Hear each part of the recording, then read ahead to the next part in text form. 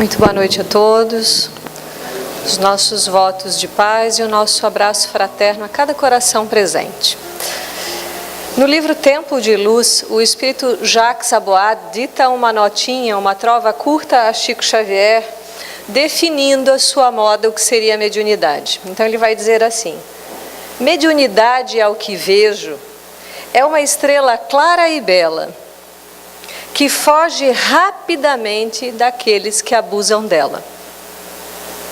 Essa é uma definição, que nós possamos guardá-la, porque ela é bastante poética. Mas Allan Kardec, ele vai tratar profundamente do assunto na segunda obra da codificação, cujo livro é o Livro dos Médiuns. O que inicialmente desperta o codificador, à sua época, por volta dos anos de 1852, 53, 54, é uma efervescência quanto ao fenômeno mediúnico. E lógico que Kardec, dentro da sua perspectiva bastante racional, já que vinha de um meio também científico, passa a investigar o fenômeno, que logicamente não é algo novo, porque quando nós olhamos para os tempos passados, nós vamos ver todas as civilizações e basicamente em todos os povos, ou seja, nessas agremiações de pessoas, nós vamos sempre presenciar algum tipo de fenômeno mediúnico. Mas Allan Kardec vai trazer o assunto de uma forma mais clara. Então ele vai dizer que é médium todo aquele que sente a influência de algum espírito. E a pergunta é: quem não sente? Mas vou fazer sempre uma pergunta que faço: quem eu sou? A gente esquece isso muito. Quem eu sou? Eu sou um espírito. Alguém está de primeira vez na casa hoje? Pois bem, um dos princípios básicos da doutrina espírita é a imortalidade da alma. E logicamente que Kardec, ele acaba confirmando essa tese, que não é uma tese espírita, mas é uma própria tese do universo, que nós somos espíritos imortais. Ou seja, se eu sou um espírito e todos vocês são espíritos aqui encarnados, fora os desencarnados, e logicamente que nós nos sentimos mutuamente, em maior ou menor grau, isso já é uma faculdade, já é um atributo natural do espírito. Sentir o meio, sentir o outro, sim ou não? Sentimos ou não sentimos? Muitas vezes somente ao pegar ao telefone, sem sequer estar falando diretamente com a pessoa, nós falamos: você está bem? Como que pode isso? Como que pode muitas vezes eu olhar para alguém e sentir que ela não está bem, sem que ela me fale nada? É um tipo de sensibilidade própria do espírito imortal, que, lógico, vai se depurando ao longo das eras, ao longo de cada existência. Então, Allan Kardec vai dizer no Livro dos Médiuns que aquele que sente, e ele fala textualmente, num grau qualquer, ele não está falando de uma ostensividade de percepção, mas num grau qualquer. A partir do momento que eu sinto, isso já me coloca na condição de um médium. E ele conclui, sente num grau qualquer, a influência dos espíritos é, portanto, e de fato, médium. Essa faculdade é inerente ao homem, não constitui, portanto, um privilégio exclusivo.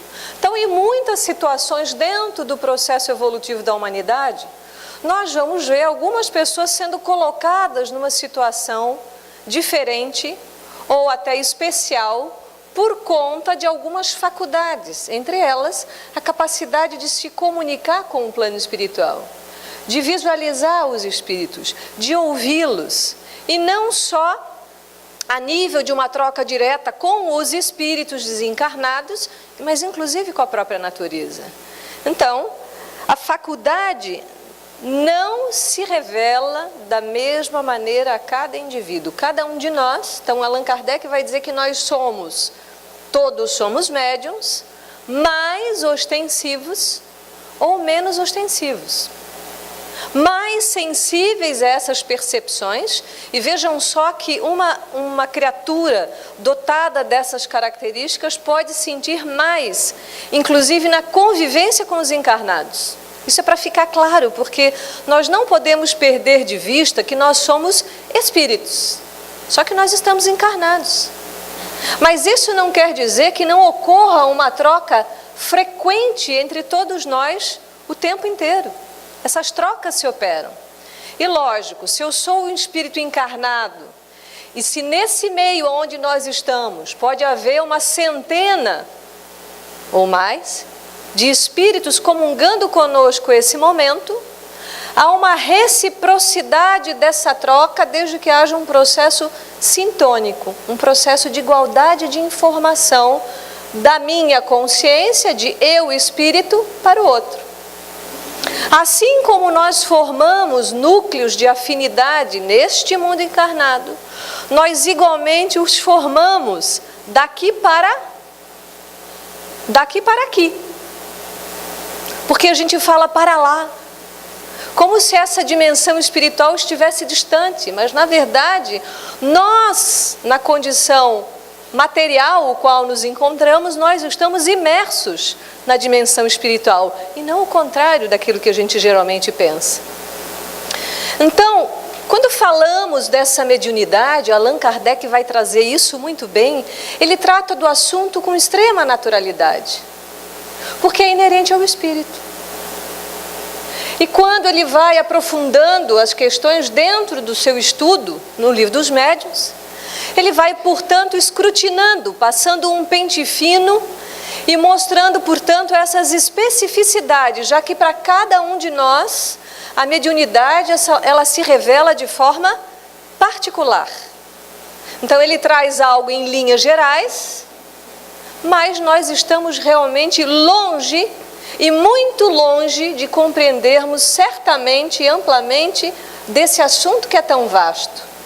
Então, nós temos uma normativa. Então, Kardec, quando estuda o fenômeno, a primeira conclusão que ele chega é que, por que se estabelece esse contato com o plano espiritual? Qual é a grande notícia que o codificador nos traz? Que nós continuamos vivos mesmo depois de mortos. Isso muda consideravelmente o pensamento da época. Isso muda consideravelmente hoje a nossa forma de viver, melhor dizendo e corrigindo, a nossa forma de existir, já que a vida é uma ação contínua.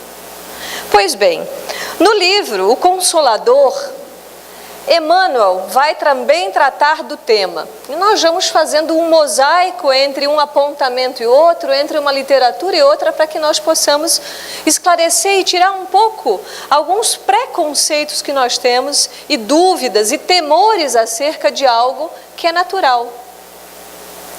E que com certeza a evolução da mediunidade dentro de nós marca também um processo de evolução para o espírito, para algumas potências que muitas vezes nós nem sequer pensamos que somos dotados dela. Porque ainda nós achamos que o médium é a pessoa especial. Mal sabemos que muitas vezes aquele que reencarna com grandes características mediúnicas é um espírito extremamente comprometido, endividado muitas vezes. Então nós temos aí, dentro da mediunidade, a grande oportunidade de uma redenção, de refazer um novo caminho frente à existência. Então o médium não é especial, o médium não é diferente, mas ele pode sentir um pouco mais, por ser uma criatura mais vibrátil, mais suscetível àquilo que ocorre ao seu entorno. Ele pode sofrer mais, ele pode sentir mais, tanto para o equilíbrio dessa faculdade, quanto muitas vezes para o desequilíbrio. Então vejamos, Emmanuel vai definir também a mediunidade na questão 382. Ele diz que a mediunidade é aquela luz que seria derramada sobre toda a carne e prometida pelo Divino Mestre aos tempos do Consolador, atualmente em curso na terra. Então Jesus diz que as pessoas profetizariam, ele não fala isso, que os velhos profetizarão. Então, Emmanuel dita essa questão no livro Consolador, isso por volta do ano de 1940. Então ele fala que é uma luz que se derrama sobre a humanidade exatamente para chamar a nossa atenção às devidas proporções, porque a época de Kardec nós vamos presenciar um fenômeno físico muito intenso, porque predominava basicamente o pensamento materialista naquela época.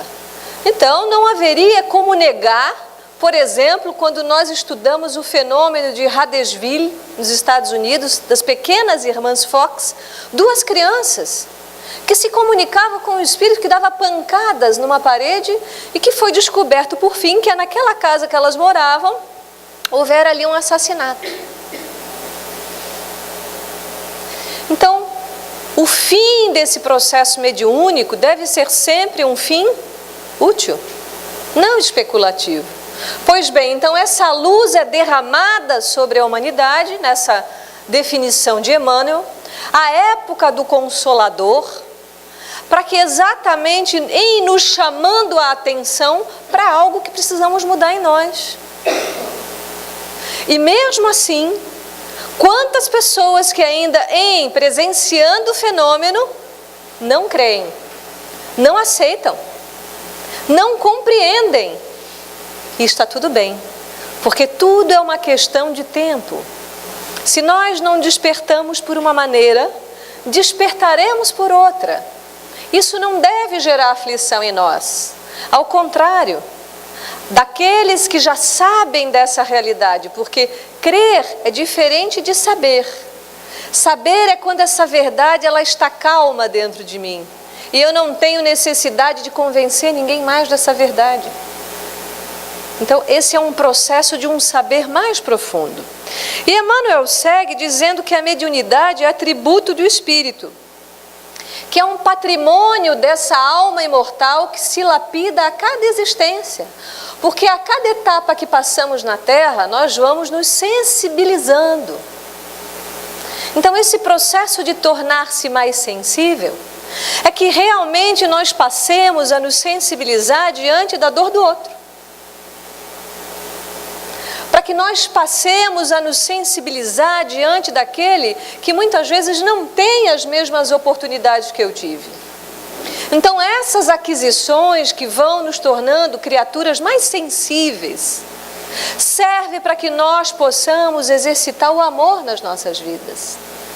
Então quando nós olhamos, por exemplo, essa figura honorável de Chico Xavier, que vem com uma mediunidade ostensiva já na sua primeira infância, 5 anos, assim como Ivone do Amaral Pereira, que é um grande vulto dentro do nosso movimento espírita, médiuns que já vêm comprometidos com uma tarefa. Isso não é uma coisa fácil. Muitas vezes nós vemos muito comum 2 perfis de pessoas, aqueles que gostariam de ser médiuns. Mas eu queria ver os espíritos, eu queria psicografar, eu queria escutar, mas não sabem no que isso está implicado muitas vezes. E outros que a menor ideia de ver um espírito já morre de medo, quase desmaia. De escutar uma voz e um barulho então. Mas Allan Kardec ele é tão perspicaz nesse sentido, que ele sempre vai nos lembrar que, primeiro, considere todas as questões materiais. Eu estou escutando um barulho em casa. Pode não ser um fenômeno físico. Pode ser simplesmente porque o sol aquece a parede e a noite estrala. Muito simples, porque tem gente que vê espírito em tudo que é lugar. Então nós não podemos banalizar também esse intercâmbio. São situações bastante específicas. Então Emmanuel vai dizer qual a maior necessidade. Então tudo bem, todos nós somos médium, certo? Entendemos que todos somos médium? Não tem ninguém aqui que não seja médium, certo? Todos somos. Intensidades e percepções diferentes, mas nós nos sentimos mutuamente e muitas vezes fazemos esse lastro psíquico com um outro desencarnado que convive comigo. E não necessariamente que convive até, porque às vezes essas afinizações, elas acontecem também esporadicamente. Então, dentro desse processo de todos somos médiums, Emmanuel pergunta-se, Emmanuel, qual a maior necessidade do médium? Eu como médium, e aqui eu estou falando para todos os eus, eu como médium, eu aí sentado, eu aqui falando, qual é a minha maior necessidade? Se nós estamos olhando para a mediunidade na perspectiva espírita, e se o nosso modelo e guia é Jesus. Então Emmanuel vai responder. A maior necessidade do médium, a primeira necessidade do médium é evangelizar-se a si mesmo antes de se entregar às grandes tarefas doutrinárias. Isso é sério. Pois de outro modo poderá esbarrar sempre com o fantasma do personalismo em detrimento de sua missão.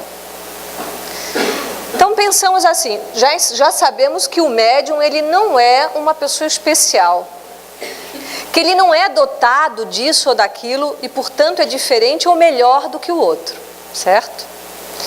Então, por que eu preciso do processo da evangelização?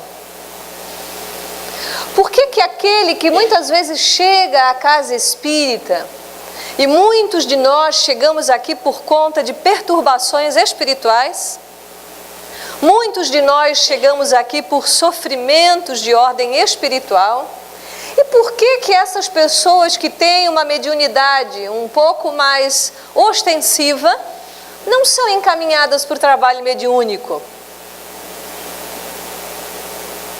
Porque essa não é a primeira etapa. Há muitas coisas que se entender antes. E muitas vezes eu me deparo com uma mediunidade que não é educada, que não foi educada previamente. Então há processos preliminares, por mais ostensiva que seja essa mediunidade. Porque quando essa mediunidade, muitas vezes, há períodos onde ela acontece, e nós vamos ver na sequência, em que momentos que isso pode acontecer na minha vida. Porque muitos de nós pensamos assim, mas eu já passei dos 50. Não quer dizer nada. Porque nós não sabemos em que período eu programei isso na minha reencarnação. Há um grande médium chamado Emanuel Swedenborg, que teve o seu processo mediúnico em eclosão após os 50 anos de idade. Nós vamos ter experiências, muitas vezes mediúnicas, marcadas em algumas etapas da nossa vida, porque estão de acordo com a nossa cronologia, inclusive com a nossa biologia. E mais, quando nós planejamos, então nada acontece a esmo, porque as leis divinas elas sempre vão dar ordem a tudo. Nada está fora de ordem. Mesmo que às vezes a nossa vida pareça um caos, não tem nada fora de ordem. Porque esse caos bem provavelmente foi escolhido por mim. E se foi escolhido por mim, o que antecede a isso é uma causa, e o que eu vivo, portanto, é um efeito dessa escolha, certo? Então, eu defino isso, porque a roupagem física, e vejamos bem que as estruturas neuronais, elas estão de acordo com o tipo de mediunidade que eu virei experimentar na encarnação. Então, quando falamos, por exemplo, de um desenvolvimento mediúnico, isso passa pelo estudo. Para eu compreender o que é isso, que fenômeno eu vivo. Vejamos que os matizes são tão variados que realmente é difícil definir com tanta assertividade, mas há alguma parte sintomática que é comum à grande maioria, mas com nuances às vezes que vão gerar particularidades para cada um dentro das suas percepções. Então, nesse processo de definir essa existência que vai iniciar, eu posso concordar ali, dentro desse planejamento, com uma mediunidade, com essa ou aquela faculdade. E geralmente, muito endividado é o espírito que tem mais faculdades. Ele não é mais especial por isso.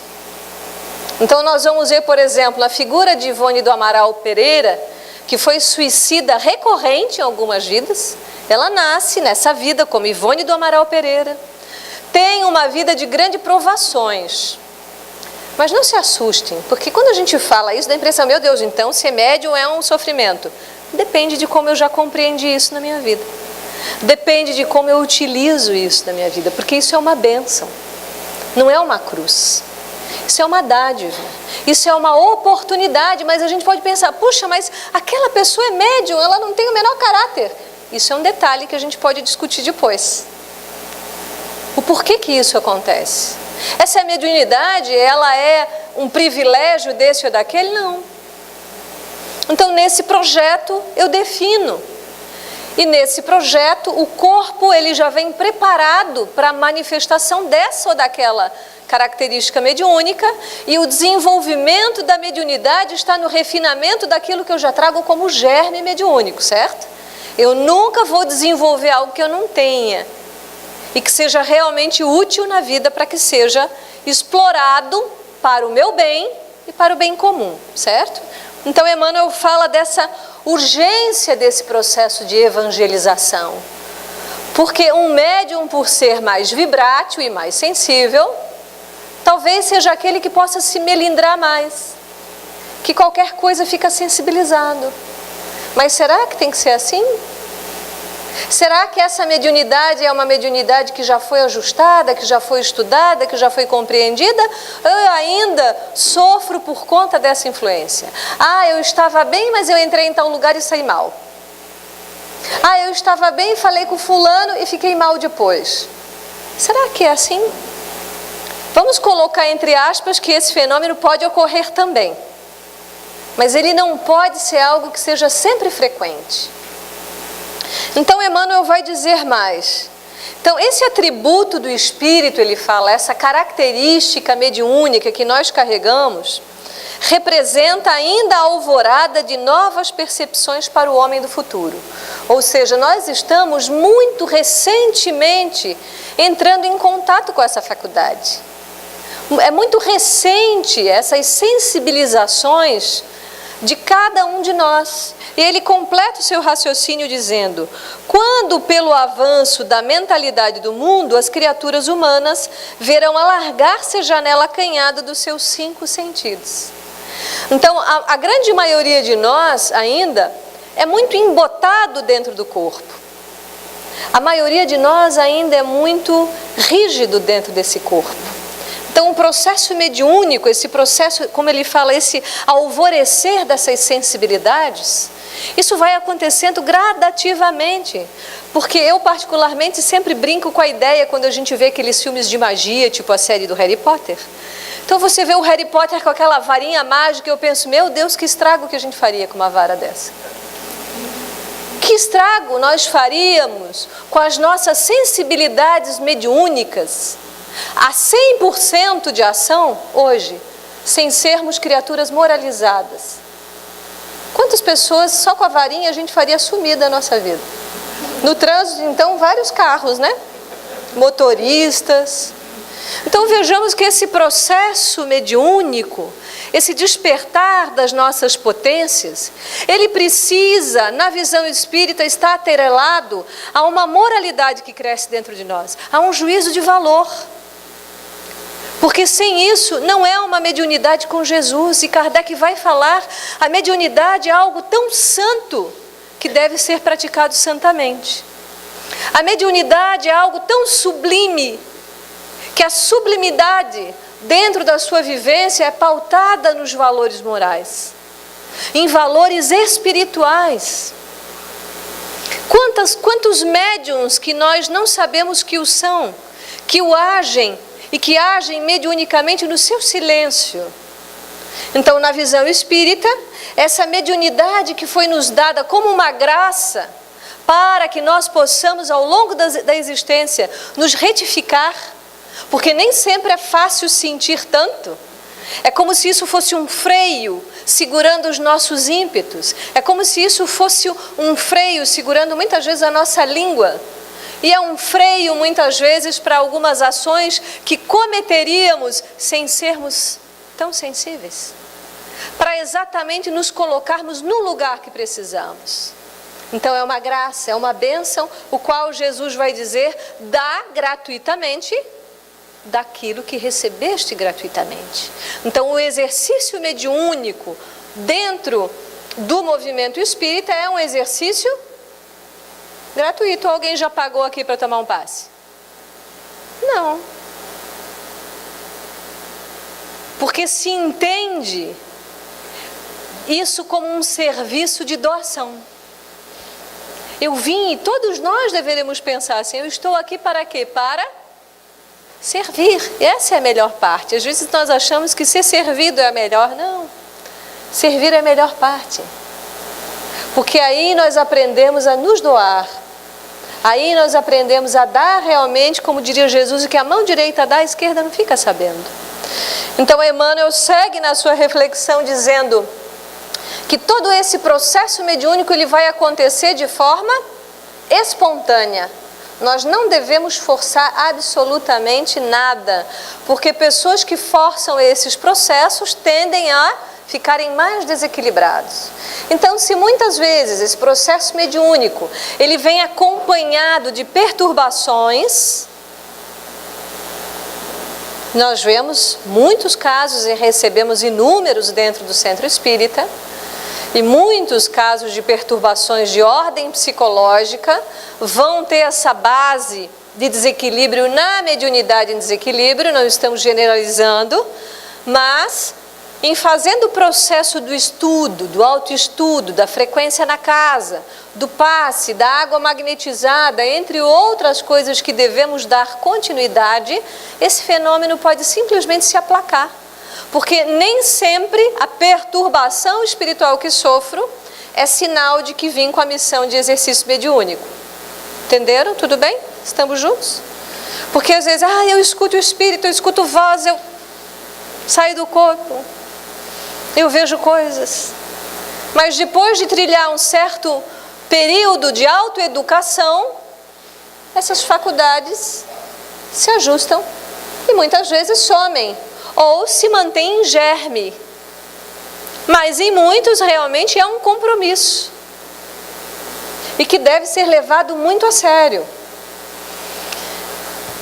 Então, Allan Kardec, voltando ao Livro dos Médiuns, no capítulo 20, item 2, ele vai dizer: se há pessoas indignas que a possuem, é que disso precisam mais que outras para se melhorarem. Porque nós vamos, se já não vimos, nós iremos presenciar muitos médiuns, não necessariamente médiuns espíritas, porque a mediunidade não é atributo de espiritismo, qualquer um, pode ser até um materialista, pode ser qualquer um de qualquer crença, pode ser qualquer pessoa, pode ser na infância, pode ser na adolescência, pode ser na juventude, pode ser na senectude. Não há um período, mas há momentos onde isso vai ficar mais evidente e devemos tratar isso de forma muito natural e bastante madura em se tratando do fenômeno, porque se Deus permite que a estes, como diz Allan Kardec, alguém que não tem base moral, alguém que vai fazer mau uso dessa mediunidade, na verdade ele está tendo uma grande oportunidade, mas às vezes se endivida mais, porque é um compromisso grave. Porque se eu vim detentor de algumas faculdades e abuso delas, eu estou gerando um débito ainda maior. Isso é gravíssimo. Allan Kardec diz: se eu não quero me dedicar a me aprofundar no assunto, que eu nem comece. E é muito assertiva a sua orientação.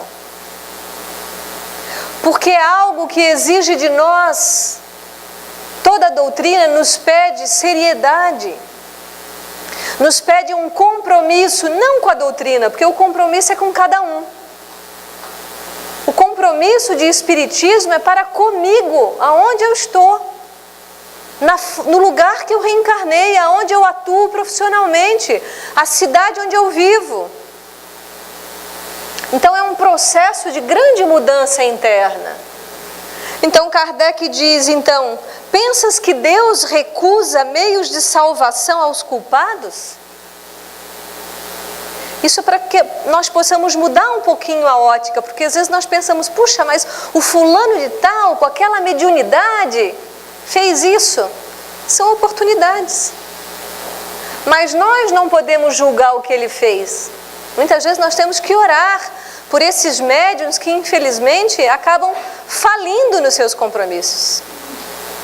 E que muitas vezes não vão precisar só de uma existência futura, mas de algumas, para retificar os seus débitos, dependendo do quanto de pessoas que eles fizeram mal. Então é uma responsabilidade. E Kardec vai dizer, onde quer que haja uma reunião de homens, então nós pensamos aqui, né? Nós, onde há uma reunião de pessoas, há igualmente em torno deles uma assembleia oculta, que simpatiza com as suas qualidades, com os seus defeitos, feita a abstração completa de toda a ideia de evocação. Ou seja, eu posso não sentir nada, como eu tenho uma amiga que diz, eu sou igual uma pedra, eu não sinto nada. Mas dentro do trabalho mediúnico, ela é médium de sustentação do trabalho, dentro da estrutura do trabalho mediúnico em si. Mas mesmo eu não sentindo nada, eu estou sozinha? Raramente nós estamos sós. Então, pelo tipo de pensamento que tenho, pelo tipo de linguagem que eu uso, pelo tipo de hábitos que eu cultivo no meu cotidiano, eu vou ter presenças espirituais comungando por afinidade desse ambiente que construí. Então, nós fechamos a porta da casa, tudo bem, o ladrão encarnado não entra. Mas nós não sabemos quem está conosco. Quer dizer, sabemos sim. Nós sabemos muito bem o tipo de companhia espiritual que nós temos dentro dos nossos lares, dependendo do hábito que temos. Então, fecha a porta, mas a nossa porta mental segue aberta. Então, temos dentro do movimento espírita, indicamos muito que façamos a prática do Evangelho no lar, uma vez por semana, 15 minutos. O que isso significa numa vida, num dia, de horas no WhatsApp, no Facebook, Instagram, Twitter e todo tipo de rede social? 15 minutos num dia, de uma semana de 7 dias. Então, o Evangelho no lar, além de ser um lenitivo para nós que compomos essa agremiação familiar, é uma irradiação de eflúvios extremamente salutares para esses espíritos que estão conosco. Às vezes a gente nem se dá conta de que muitos espíritos familiares já desencarnados estão conosco. E como auxilia, porque o Evangelho é um processo iluminativo, como disse Emmanuel, o médium precisa evangelizar-se.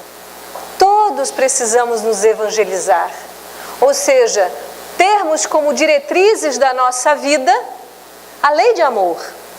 Esse amor a Deus, esse amor a mim mesmo e o amor, consequentemente, ao próximo. Então, dentro do processo da mediunidade, e olhando agora especialmente para a eclosão, que são momentos muitas vezes específicos onde essa mediunidade aparece. Ela vai aparecer na infância, no primeiro setênio. É muito comum nós ouvirmos as crianças dizerem o quê? Que tem um amigo imaginário, por exemplo, não é? Muito comum.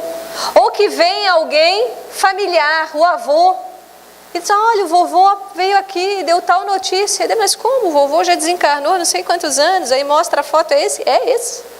E ele falou isso, isso e isso. Nós devemos estimular essa mediunidade? Não devemos. Qual é a orientação? Por que nós temos a evangelização já no ventre materno? Exatamente para que essa evangelização se processe ali. Nós tivemos particularmente uma situação em casa, e quando minhas filhas maiores eram pequenas, saíram correndo do banheiro, mãe, está cheio de espírito ali no banheiro, né? E pela mediunidade registramos que o fenômeno se dava realmente, espíritos de crianças. E falamos a elas, vamos ficar tranquilas, são amigos, vamos fazer uma prece, vamos fazer uma orientação, uma oração, e vamos vibrar por eles, porque devem precisar disso nesse momento. Então, essa naturalidade, essa calma que a doutrina espírita nos dá para lidar com um fenômeno sem exasperos. Não se estimula na criança. Não se vai perguntar, mas o que você está vendo? Quantos são? Não. Trouxe a informação, se esclarece quanto ao fato, se faz a prece, se faz a oração. Se necessário for, abra o Evangelho, porque essa vibração, muitas vezes, que esses espíritos estão buscando naquele momento. Dentro do processo da adolescência, essa efervescência toda hormonal, muitas vezes vai deixar os jovens nesse período muito mais sensíveis.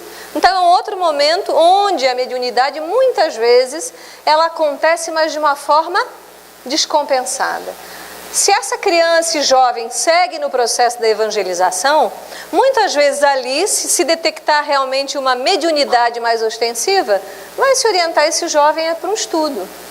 E na juventude, nós vamos ver que muitas vezes vai ter um segmento dentro do processo da juventude, pode haver processos onde essa mediunidade novamente se exacerba, e às vezes acontecem algumas sensações insólitas.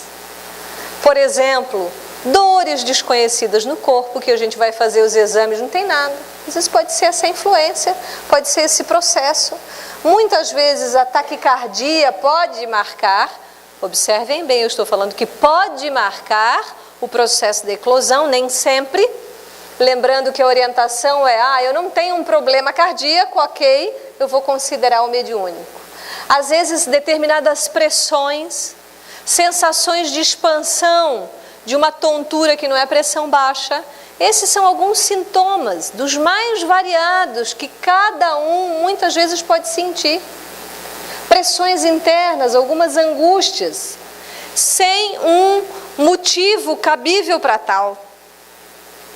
Porque às vezes nós não sabemos quem está interagindo conosco. E dentro do processo da juventude, nós vamos olhar para o processo da velhice. Então, na velhice é muito comum, principalmente quando chegando ao final do processo reencarnatório, essas faculdades mediúnicas elas se alargam porque eu já estou mais no plano espiritual do que propriamente aqui. Então é muito comum nós ouvirmos relatos de pessoas mais velhas dizendo, olha, o fulano está aqui, está vindo me buscar, já estou vendo não sei quem, um parente geralmente, né? Porque se estabelece, está mais fácil de ter esse contato com o plano espiritual. É muito mais tranquilo, porque os liames físicos já foram afrouxados. Então, dentro desse surgimento da mediunidade, independe de lugar, independe de religião, depende de centro espírita, de classe social, de gênero, independe. Não é privilégio, como já falamos. Pode revelar-se em qualquer lugar. Pode revelar-se de qualquer forma. Sintomas nós já falamos, né? Mas não é a mediunidade que gera o distúrbio no organismo, mas a ação fluídica dos espíritos. Percebe? Então não é a mediunidade que está gerando esse ou aquele desconforto, mas são essas presenças espirituais, como há um processo sintônico e uma troca de fluidos, eu posso sentir mal-estar. Mas que pode ser daquele o qual eu estou sintonicamente vinculado. A gente às vezes não sente mal-estar depois de conversar com alguém encarnado? Sente ou não sente? Ou vamos pensar no oposto. Quando eu encontro uma pessoa que eu afinizo, uma pessoa que me transmite paz, como é que eu saio do diálogo? Saio animado? Então imaginemos, né, nós, em sendo vigilantes nos nossos pensamentos, em nos evangelizando para o exercício do amor, quem eu vou atrair como companhia espiritual? Quantas vezes numa prece sentida, mas singela, nós somos envolvidos numa atmosfera que parece uma bênção, não é assim? Que gratuitamente parece que recebemos um passe e realmente recebemos. Porque essas sintonias, elas vão se estabelecendo com o plano espiritual de acordo com o que fazemos. Então vejamos que maravilhosa é essa bênção. Chico Xavier, aos 60 anos de mediunidade, foi questionado: Chico, o que significa para você 60 anos de mediunidade? E vejamos, quando Chico Xavier ele completa o livro Paulo e Estevão, ele se ajoelha ao chão porque ele recebe a visita espiritual de Paulo de Tarso, de Estevão e Abigail, que são os personagens principais dessa história. Chico se joga ao chão e chora copiosamente, tamanha a gratidão de estar recebendo aquela visita espiritual. 60 anos de mediunidade. E aí é questionado, o que significa, Chico, para você 60 anos? 6 minutos. 6 minutos. O que ele quer dizer com essa resposta? Não sabemos nada. Não sabemos o quanto somos influenciados pelos espíritos. Não sabemos muitas vezes o quanto nós podemos influenciar os espíritos, porque às vezes nós reclamamos da obsessão, mas a nossa mudança amorosa pode tocar mentes empedernidas no mal. Porque nada resiste ao amor, absolutamente nada. Nada resiste a esse processo de evangelização dos nossos corações. Então, nessa condição de todos médiuns que somos, nessa condição desse constante intercâmbio, seja com encarnado ou desencarnado, que nós façamos o bem, que nós sejamos úteis, que aquilo que pensemos, que aquilo que sintamos, que aquilo que falamos e que aquilo que fizermos seja útil, seja bom, seja pautado nos exemplos de Jesus, porque se é algo santo, que nós possamos realmente cumpri-la santamente. Agradeço a atenção de todos e espero que a palestra de hoje, a exposição, tenha gerado uma provocação para que a gente estude mais, se descubra mais e coloque essas potências a serviço de Deus. Muito obrigada.